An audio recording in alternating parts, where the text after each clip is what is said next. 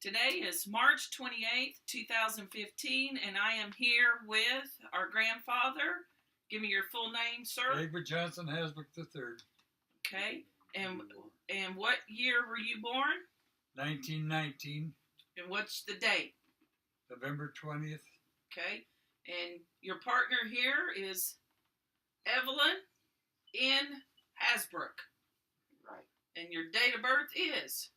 November 9th. What year? What is it? We don't want to tell, do we? No. Yeah.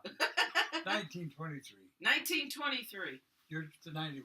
And how long have you two been married now? 70 years. 70 years. That's a long time, isn't it? Lifetime. All right. So the first question for Egbert, also known as Bert, is from Melody Russo, his granddaughter by Tammy Lars Russo. Her question is, what is the best piece of advice you can give us? Best piece of advice I give anybody is to put their trust in Jesus. That's right. Because we're not going to be here very long. That's right. That's right. All right. Then Stevie Jr., that's your grandson by Steve and Marcia Hasbrouck, asks, what are the secret ingredients of the Spanish rice dish? Secret ingredients? And he thinks you have secret ingredients for the Spanish rice. I don't really remember if there were any secret ones. What do you typically put in that? Well, it's so long since I made it, but I use the instant rice instead of the other. Onion, chili powder, hamburger. That's You about put any it. tomatoes in there? And then your tomato sauce. Tomato sauce. Use a white onion or What? use a white onion or a red onion? Oh, it makes a difference. Any kind of onion. Okay. Then Heidi Arrowwood, who's your granddaughter by Catherine, she wants you to tell us some jokes. Well, she has a list, so let me go through the list. She wants to tell some jokes, maybe play a little piano later if you're up to it. And she wanted you to start with your name, and we did all that. Oh, she wants to know how many children were in your family. Like, who were all your brothers and sisters? There were 8 of us all together. Do you remember all the names? No, just a second. Uh-oh. I'm gonna get you a picture of them. Okay.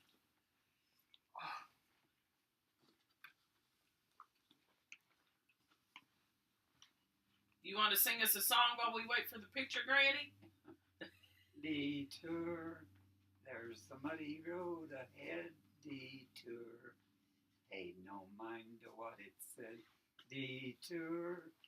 All right, where do I want to show this picture so they shows it? Detour sign. I don't know if you can see that. Yeah. A little bit closer. That looks good. All right, now on the left I am, and that's Joe. That's Mary Ann, who's still alive. My brother Tom, my brother Ed, and in the back is Billy and Lorraine and Al. That's a big family. That's them.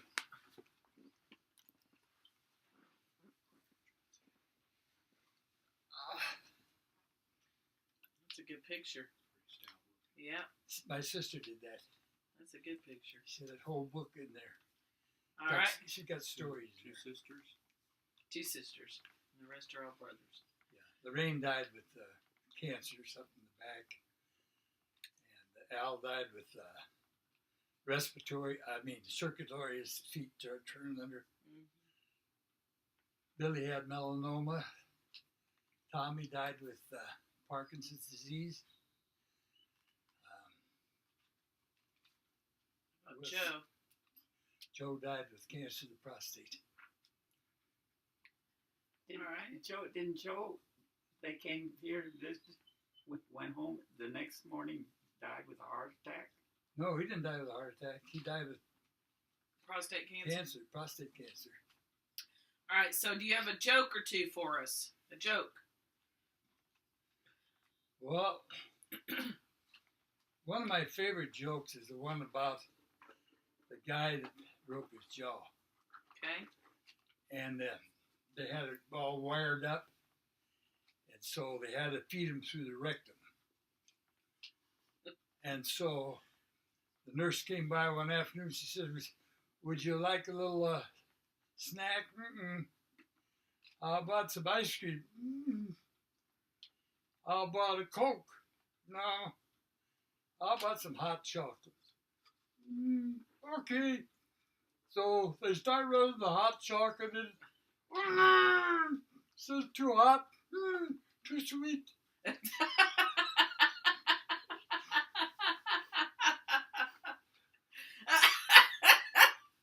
Oh, goodness. Now, what was the other one you were telling a couple weeks ago when I was here? You had another one you were telling everybody. I don't know. Well, if you think of other jokes as we go, you can lay it on us. All right, Ellen Smith, who used to work with Grandma Hasbrouck and I, she said wants to know what. Okay, I would like to know what he misses most about San Diego or Dehesa. What do you miss the most about that being? Well, I think the climate. It was, pretty nice climate, but I really like it here better. No, that's good. I've got to change the seasons, and it's quiet up here. Yeah. All right, Uncle Paul, your son, wants you to tell about the rattlesnake in the chicken feeder. Ooh. Oh yeah. I did that in Japan. When you guys were in Japan, it happened to me. But I want to hear your story. Well, it was a hot Sunday, and I had gone up to the barn and I'd put the sprinkler on the 4 trees. I had a Tangelo and a Valencia orange, grapefruit, and I can't remember what the other one was. But anyhow, Lemon.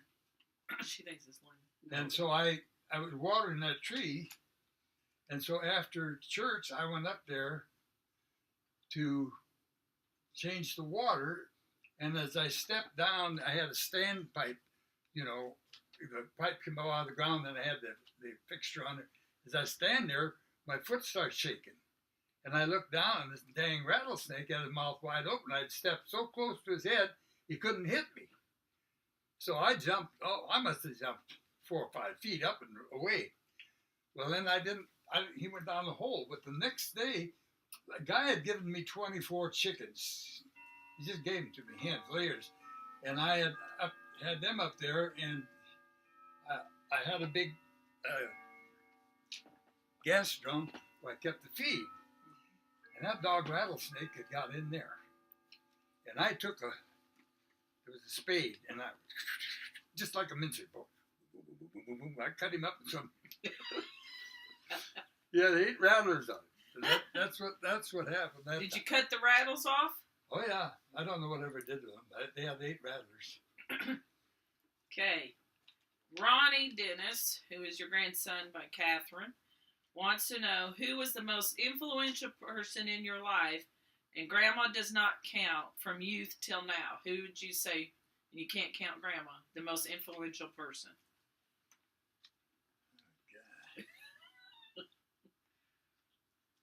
That's kind of hard. I mean, I've had people that I work with that influenced me a lot.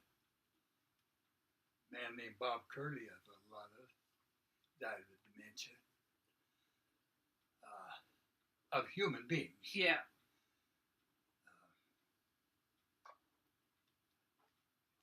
I thought a lot of Grandpa. Yeah. Grandpa Lindsay? Yeah. Yeah.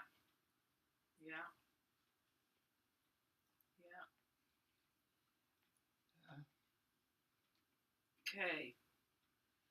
Rachel Jones, who is your granddaughter by Uncle Paul, where was your favorite place you've lived and why? Where was the most favorite place? Most favorite place you've lived and why? I think the most favorite place. Well, you mean when I was young? Anywhere, yeah. Well, I lived up in Minnesota. Yeah. That was home. But right, I think that I'm pretty happy right here up on the hill. Mm-hmm. All right. This is from Dee Dee, Kathy's daughter. your granddaughter, what one thing do you wish you could do over? Something I could do over? Yeah.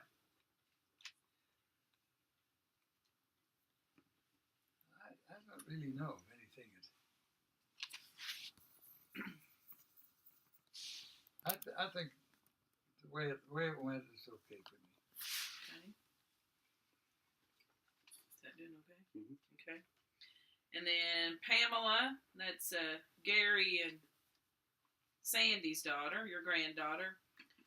She would like to know how you came to know the Lord and the story of the Dehesa Church of Christ. How that all came. So how did you come to know the Lord? Well, I and then came the to church? the Lord through Evelyn and her brother. And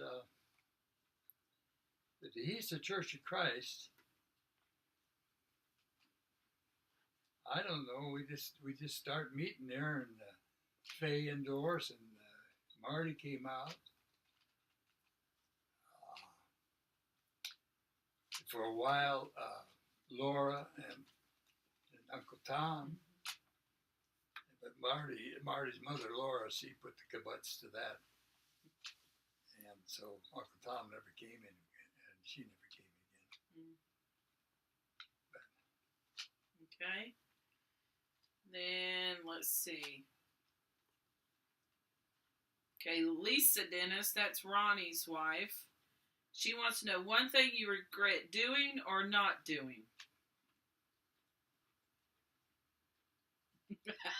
That's a hard one.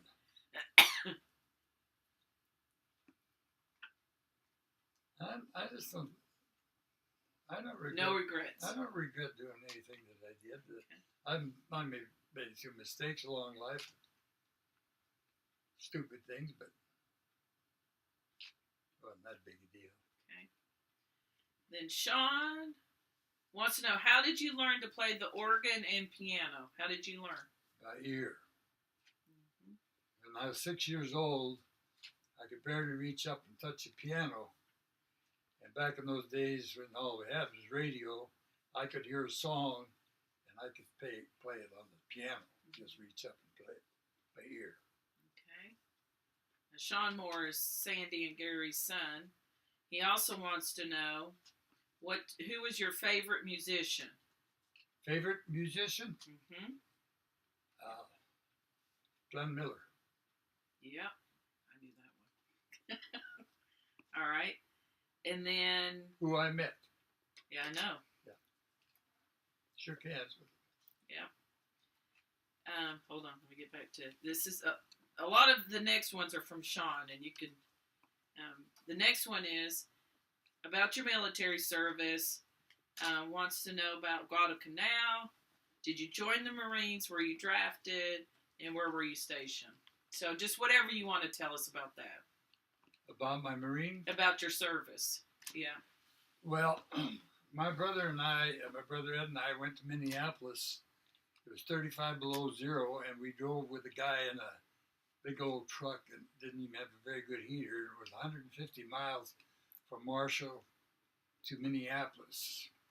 And we went there, and we were going in to join the Air Corps. And as we started to go in, this staff sergeant come and claps me on the shoulder. He says, "Where the hell do you think you're going?" And I says, "We're going in and join the Air Corps." He says, "Do you want to fight in this war?" I says, "Yeah, that's why we're joining." He says, "The war will be over before you even learn how to fly the plane. You want to fight? Join the Marines." So I looked at him and I says, "What do you think, Ed?" He says, "Oh, hell, let's join the Marines." So we joined the Marines, and we went to where would we go to? Right north of San Diego, Camp Elliott, the rifle range, and then we went from there up to San Luis Obispo, California. How old were you? 23. Wow. And we went up to San Luis Obispo, and we went to rifle range there. And And then we came back and went aboard ship in San Diego and had to work in the hold, loading it up and everything. And then we left to go to Samoa.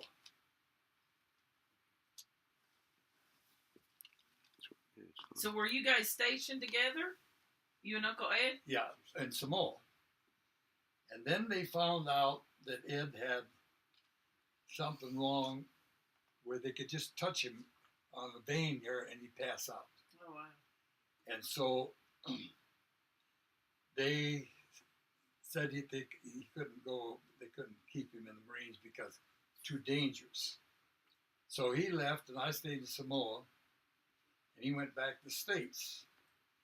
And he went out and worked with farmers, shocking corn and everything, built himself up, ended up getting the paratroopers. And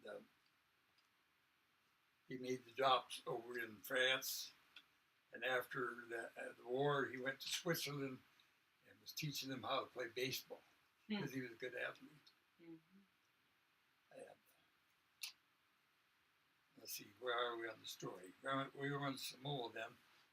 And then from Samoa, we trained at two places. A little village called Paika. No, that was in New Zealand, Paikakarica. Pavai was at one end of the island, and there was a school there. And we trained there, and we built 2 gun emplacements, pits. And then we went up to overlooking Pango, and we built a big 5-inch gun emplacement. And then from there we left and went to Guadalcanal. Now, where is Guadalcanal? Down in the Solomon Islands. Okay. And we landed on, when they shelled the island real good, the Navy shelled the island, and the bombers went over and bombed the heck out of it, but those Japs were all dug in. So when we started in our Higgins boats, they were different landing boats than they use now. And you had to jump over the side, you didn't let down. And we landed on the shore there, and they were lobbing mortar shells in. They were busting all around us. And I had a little corporal in our outfit, his name was Hilliard.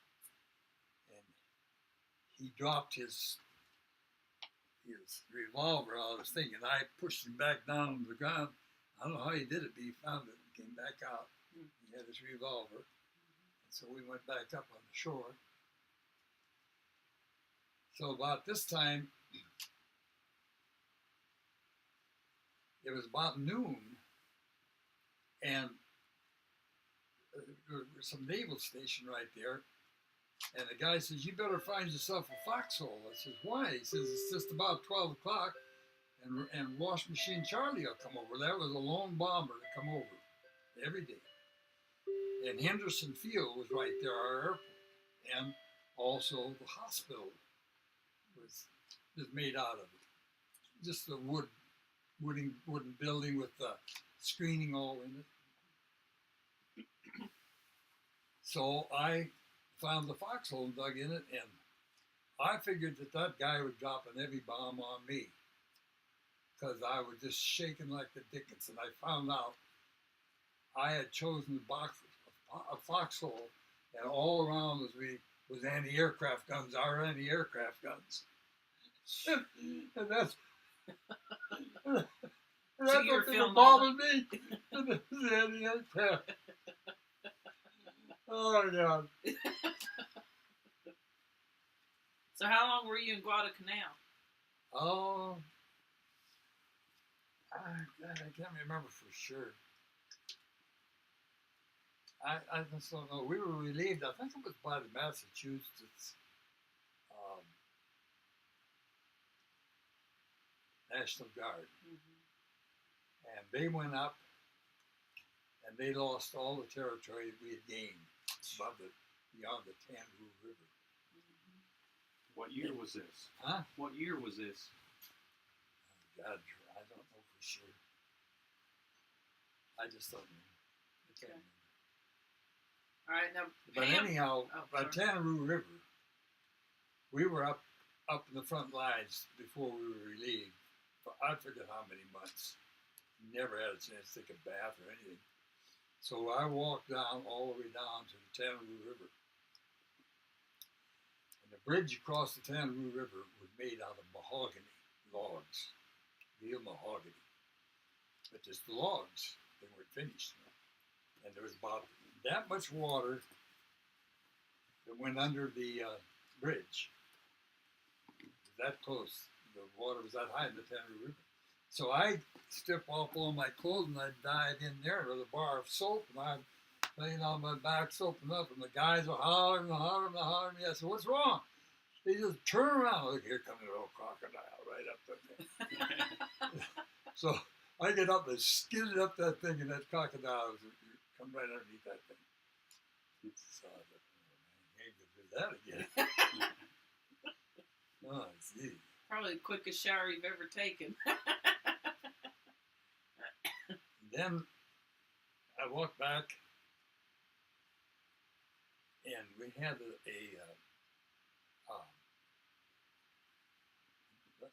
what his rate was. What was it? It was Gunny Sergeant or something. His name was Oliver, and he was from somewhere up in Northern California. And so we were pulling the gun cart, and it was sand on the road. And boy, it was hard to pull. It was full of ammo, and you get in there and pull a two-wheel gun cart. And so I handed him my rifle, and we made a stop.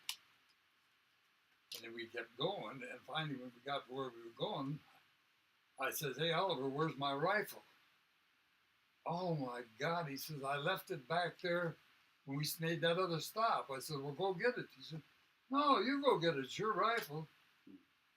So no gun, nothing. I walked all the way back. I forget how many miles it was without any, and the Japs would be tied up in the trees. They may be dead, but you didn't know that. Mm-hmm. They tied themselves up there, those snipers.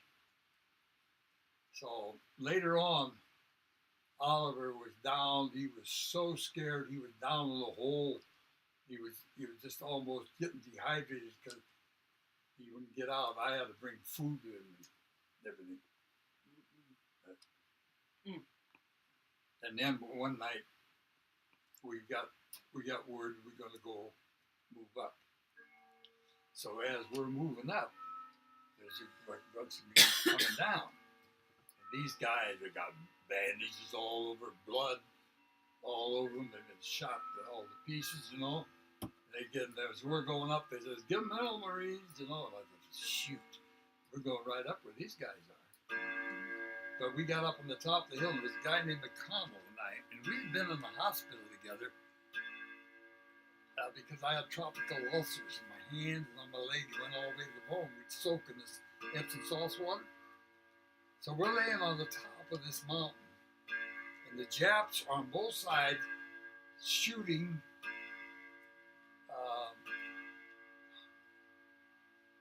mortar shells at us. Shooting mortar shells. They go.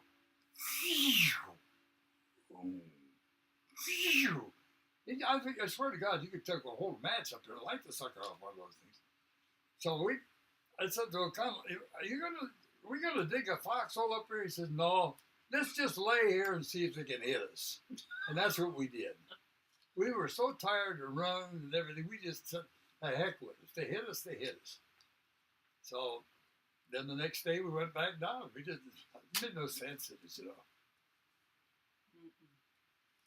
And then, when we were aboard ship, I forgot that, the landing boat was about that far off the side of the ship. It was on President Garfield, I think we were on. And the landing boat was out there, and we had a machine gun mounted up on the cowling and covered with canvas. So Oliver, he says, "We got orders to put the machine gun up." So I says, "Okay." So this guy from Bloomington, Illinois, Wade, I forget what Wade was his first name, maybe it was his last name. Big, tall guy, looked like that actor Ralph Bellamy.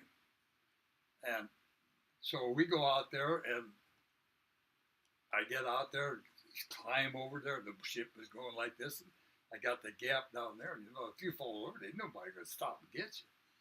So I get out there, and he hands me the machine gun, 50 caliber, and I lock it in position on there, put the tarp over it, go back down in the hole where we were sleeping.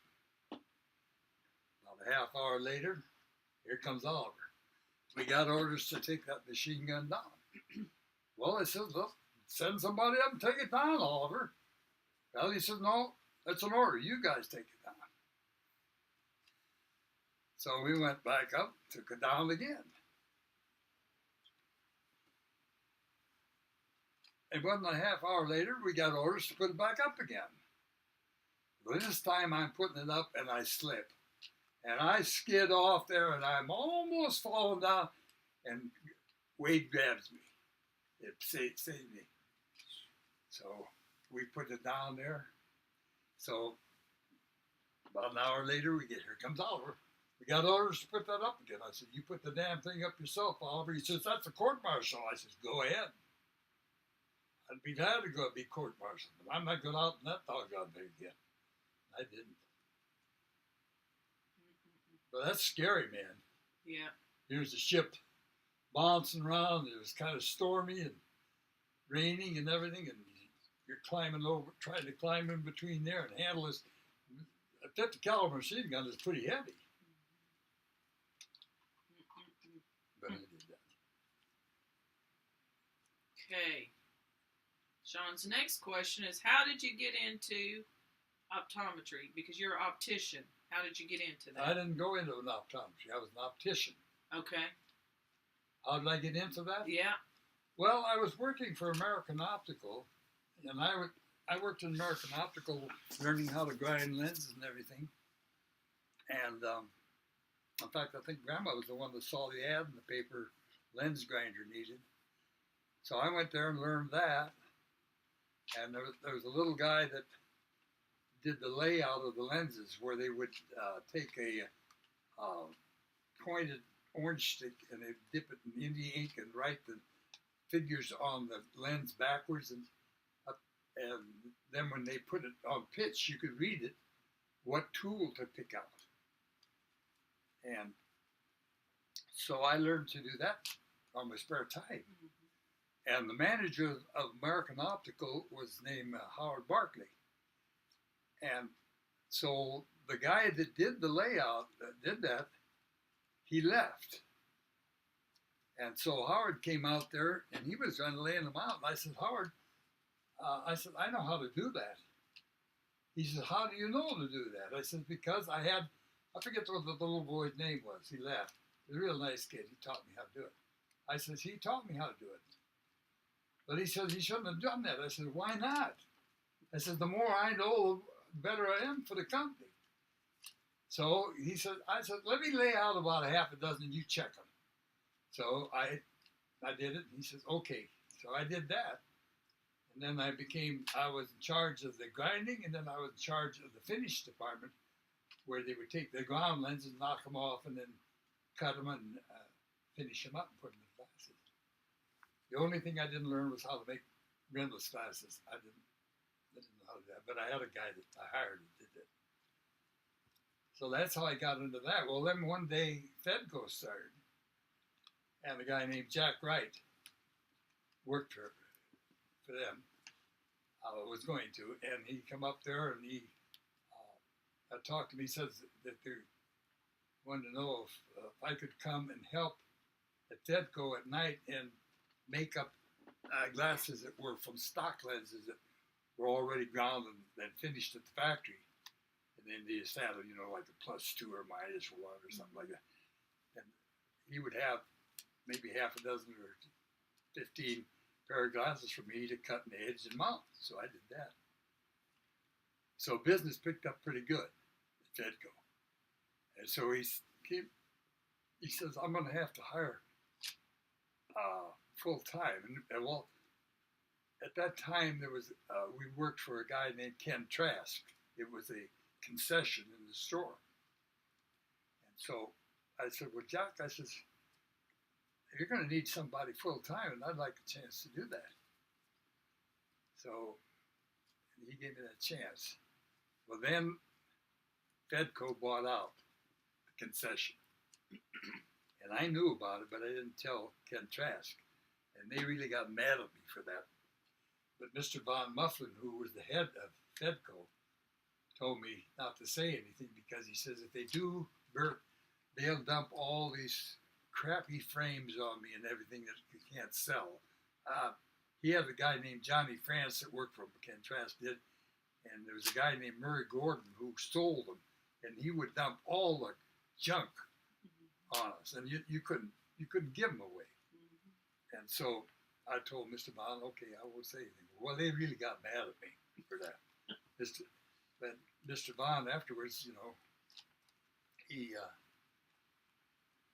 well, even before Ken got out of there, Mr. Bond wanted me to make him a pair of glasses to drive, sunglasses. And I says, well, where's your prescriptions? He said, just make them off of these. And I said, I can't do that, Mr. Bond. I said, those are reading glasses. You get killed out there. So Ken had to come in that day, and Mr. Bond always called me the old man. He was older than me. And he says to Ken, well, he says, I wanted a pair of sunglasses, but the old man won't make them for me. And Ken started jumping all over me. And I says, Ken, I love this guy. I don't want him to kill himself. He wants me to make sunglasses out of his reading glasses. He won't be able to see the end of the car. So anyhow, when they finally took over, Mr. Von Muffin, every time he come in, he came down from Los Angeles and the word to get around. Mr. Von Muffin is here. Mr. Von Muffin. Oh, everybody's scared to death. he come in, throw his arms around me. How you doing, Bert? How's your lady? He hold on to the lady. And we got along real good. And every time after that, whenever I'd go up to Central after he retired and there was a guy named Butterworth took over. Mr. Vaughn had an office up there. I'd go up there for something and I'd stop by and see him. And he was a real nice guy. That's how I got into that. So how long did you work for Fedco? How many years? About 12, okay. I think. I worked, I worked five years for American Optical, and I left because of my health. And when I came back, I called American Optical for something, and a guy named Herb Moore, who was a salesman, was now the manager, and he heard my name. He said, Bert, if you'll come back, I'll give you a 15-cent raise right now, because I need help. So I went back and I worked another, I don't know, maybe 4 or 5 more years. For them? Yeah. Okay. Let's see, hold on. Sean wants to know, do you still have the reel-to-reel tapes that you made during Christmas Eve and New Year's Eve parties? Do I still have what? The reel-to-reel tapes. Do you still have all those?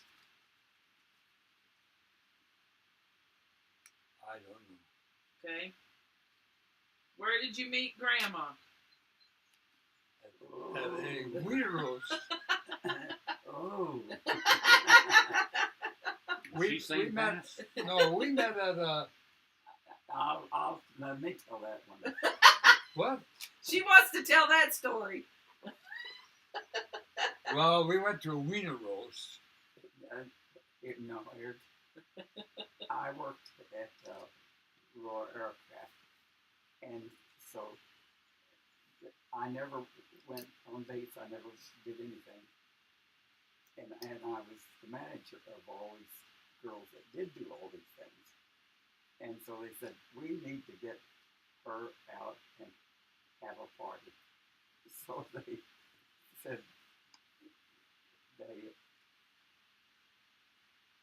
they chose they told Luke, what was the name of the guy? Chuck. Chuck. Haggerty. He was the guy that stood in line with the Marines and all of them. And anyway, they told him how many men they wanted, how tall they wanted them, how old they wanted them. They were not to be married. And he picked, but Bert was the one that they had picked for me. And so we went on that. I was on my way to see the bombshell. What was her name? Oh, her sister had an all-girl band. Anyhow, I was on my way to go into the theater, and Chuck Haggerty comes up. He says, "Hey, Bert, we need somebody that's tall and single to go on a blind date." I said, "Oh, no more blind dates for me." I said, and anyhow, I said, "Okay." So we went to the Wiener Roast, remember? We went out to Imperial Beach. Yeah, the Wiener Roast, and it was getting raunchy. You know, they were drinking beer.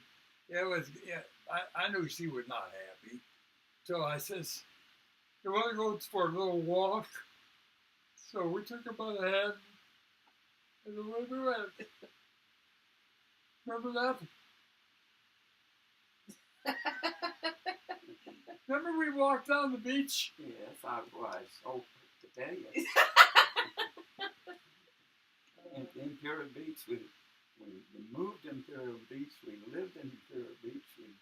We lived in Palm City. How could we forget Imperial Beach? No, we lived in Palm City. We went to Imperial Beach. And we went to the Strand. So, tell how you proposed to her. That's well, that was rather unique. Yeah, that's what I'm asking you to tell. Oh, you want to know how he did it?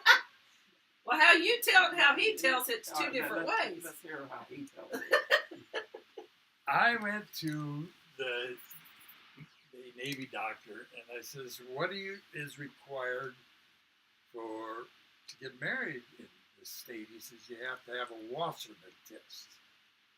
And I said, "What's that?" He said, "Well, just take a little blood and check it out." I said, "Okay." So they took the blood and they put the patch on. So I went over to see her that night. She says, "What's that on your arm?" I said, "Oh, you got to get your blood checked if you want to get married." That's the way I proposed. She did it. Yeah, but he always got along with my mother.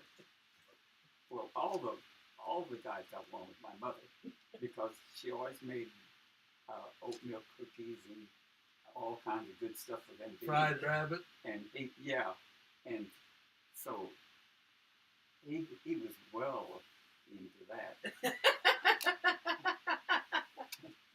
Remember the guy that you went with and went home and your mother made rabbit and you said those people eat rodents? Oh yeah, that guy. Mother invited him over and says, "Come over and I'll fry up a rabbit." She raised white rabbits. Yeah, New Zealand. You know, for a living. She made big money on it, but I don't know. Rodents? They ate rodents? We never saw him again. All right. Let's see. Oh, Pamela wants to know, do you know Grandma's first name? Oh, yeah. Here we go. Evelyn. Yeah, it is Evelyn. Yeah. We don't talk about the middle name. N. Evelyn N. Right, Grandma? Just the letter in, or? Just the letter N is all we're saying. Remember, we don't have to say more than that. All right. Then, Sean. You can tell Sean's a lawyer. Sean's the one that has all the questions. You can tell he's a lawyer. Where did you get all your good looks, Grandpa? I think from my mom and dad. They were both pretty good looking people.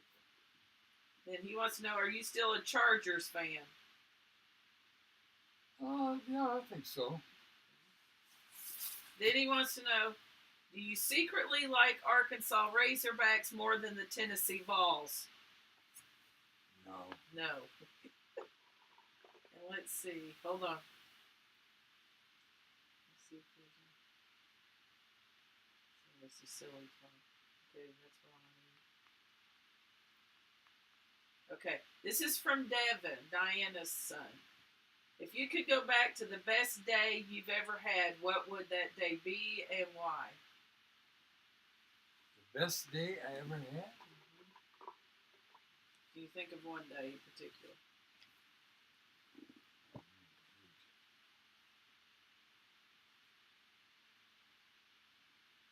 I had a lot of good days. I can't think of the best day.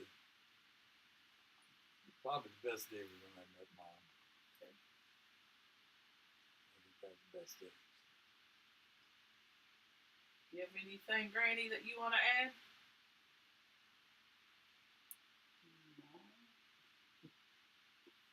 No, necessarily. Does Catherine have a question? Of course, one of my happiest days was the day our son was born, Steve. Yeah, I remember going in to see him. She says, "What does he look like?" I said, "He looks like me." He says, "What does he look like?" And I said, "He looks like me." Yeah. So I opened his doctor. I said, "Sure enough."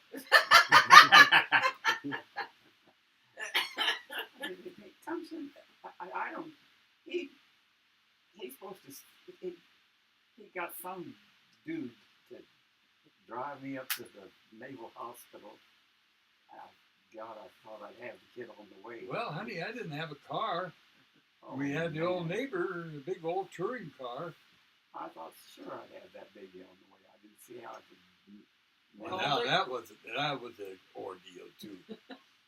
So that was an ordeal. We get you to the hospital, Yeah, so he got me and out. so He just turns me loose. I There's the hospital. had just made some chili. We're going to have chili, and she decides she's got to go to have the baby. So we get on. I didn't have a car, so I called this neighbor who had this big old Buick or something. I mean, an old car, and he drives us up there. So I let her off, and that's what he did, let me off. no, wait a minute. Now let me tell it. The nurse won't let me go up with her, and I says, "Well, why can't I?" I says, "No, you got to stay down here." So I stayed there. I don't know how long, and she finally the nurse comes and says, "Well, it's going to be a while yet before we don't know when she's going to have the baby." And I said, "Well, how long do you think it'll be?" She says, "Oh, it'll probably be an hour or two." And I says, "Well, I haven't eaten. I was just fixing." I said, "I'm going to run down and get a sandwich." So I ran from the Naval Hospital down into town, the first little restaurant, to get something to eat. Sure enough, I come back, she had the baby. While I'm gone. Well, I never heard the end of that. He doesn't tell the whole thing. He goes down there, and not only does he eat, he takes in a show. And then when the nurses come in and ask me who should they call for, and I said, I told them, and they said, "Miss Hasbrouck, we have called all over this. We cannot find him." I said, "Oh no, he's sitting right down there." No, I didn't go to no show. Tell him what show you went to. I didn't go to the show. I was going to the show the night Chuck Haggerty got me to watch that. It was Betty Hutton, Blonde Bonzo, and that's when I was going in to see that. But all I did was go down to eat. When I came back, and then I said, the nurse told me it'd be several hours. I hadn't eaten, so I caught it for that boy. Never forget that. Bad They boy. said they had looked everywhere. They could not find him. I said, "Oh, he's down there. He wouldn't leave. He left. He really left." He thought you were going to take a while. Golly. The nurse told me it would be at least an hour or two. And I said, well, I haven't eaten anything.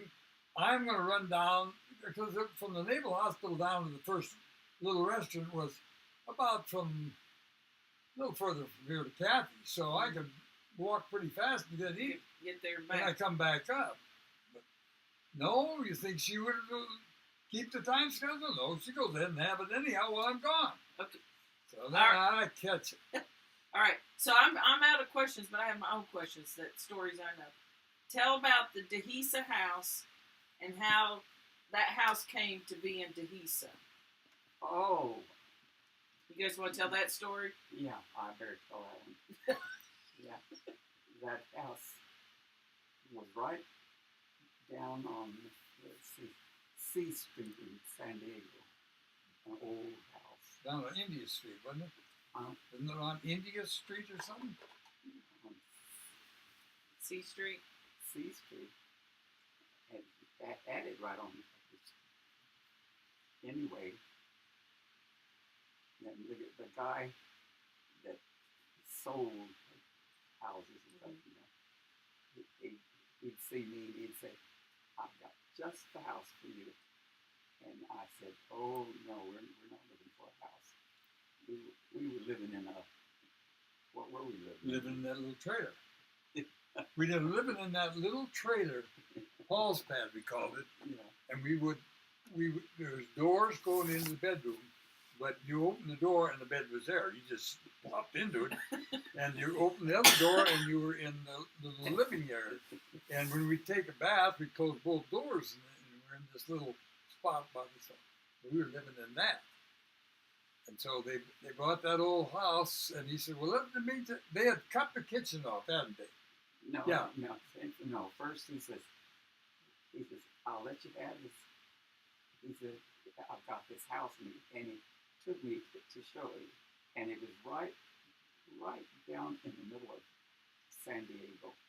One of the, you know, it had been in its day a real Nice neighborhood. Yeah. house, and so he says, "I let you have it for it was $600. practically nothing." And I said, "No," I said, we're not interested." And I don't know how many times he came back, and we'd go through that again. And then finally, one day, He came up there and he says, could he just leave it on the property for a while till he find a place to put it? So there came the house. All the little school kids out watching. Oh, and Steve, of course, that's his house. So he brought it in his house. Yeah, but they had cut where the kitchen wasn't, they had cut it just like a big saw. So when they got the house out there, the front part was all fine, but we had Brother Richardson and Bud Collins and all those helped fix the back end up because it had sawed it off. Why did they do that? Well, I don't know why they did that. They did that. Make it narrower. So you lost part of the house. Didn't it come with it? Hmm? Didn't it come with it? You had to No, put it back together. no, No, they didn't get the whole They house. left it there. no, we didn't get the whole house, but Bud Collins and Oh, we got plenty of the house. they It was solid redwood. It was the ceiling was all redwood, wasn't it? Yeah, And it was all Coffer. Crawford. yeah, I've shown him block. pictures. Oh, it was beautiful. Very pretty. But you remember, Tammy, you could go in the room where you slept, and you could put your hand out there, and if you could reach far enough, you'd touch the ground because there was about that much space under the window, Yeah. going right down. It was open. And remember that squirrel that got in? Oh, God. Did we tell you the squirrel story? Tell Lars the squirrel story, Grandpa. Well, he got under the thing and died. Yeah, he knew that we knew there was a squirrel in my bedroom, so he set a trap. Well, we knew the trap had gone off, but we couldn't find the trap and we couldn't find the squirrel. We found the squirrel a couple days later because we could smell the squirrel. Yeah. Then we couldn't find it. He got under the bureau. Yeah, got up underneath it. So we had to air that out a few days. You didn't have screens on Remember when the skunk got up in the cat in the Oh attic? my God, yes. And Tell that story. Nobody would go get it. And so we set a trap, and my dad was the only one that was, he thought a bunch of sissies. he went up there and picked that trap up. Well, we hadn't covered it. Come down the stairs. And you remember Steve had made that big ice chest in school for drinks at the Grand Park. You couldn't lift that thing; it must have weighed a ton. But it was over by the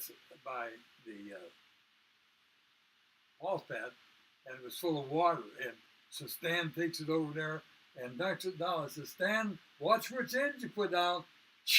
And man, the aroma.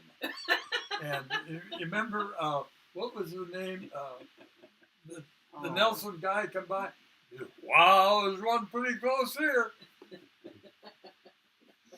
Oh my God. That was.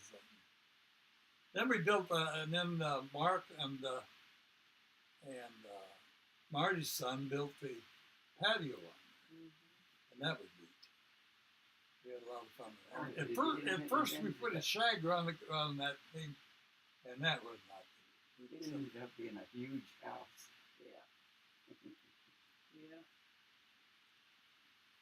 And somebody told me that after we moved out here, that somebody burned that house down. The woman did. And it was solid redwood. It was a it was one of the elite houses in San Diego. And I don't know who. Well, Richard, the guy that sold it to Garnet's son. Garnet's son is Richard, is the one that got the house. Yeah. And the woman was in there, and he kicked her out. And she was a squat, and then she went back in there, and you don't know, she accidentally burned it down or purposely burned it down. There were a lot of memories of that. Yeah. Someplace I got a tape where, remember we had that big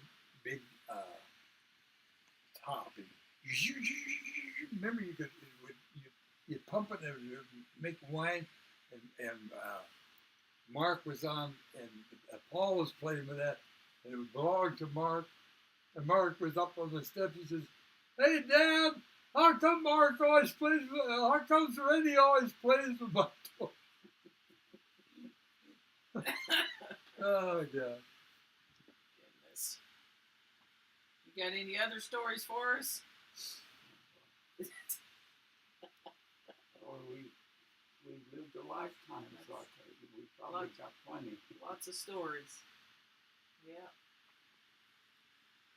Yeah, I remember we had that nice, right there not far from the windmill, we had a nice orange tree. And Buttercup got loose, came down, and ate the tree. Remember that? Yeah. And then Grandpa had a nice big orange tree on his side. But he liked my Tangelos better. So I'd see Grandpa come along, let's take this shirt, fill him up. He's coming down. I said, "What are you doing, Gramps?" "Well, I'm just getting a few of your Tangelos." I said, "Well, you got oranges there." "They're not as good as these Tangelos."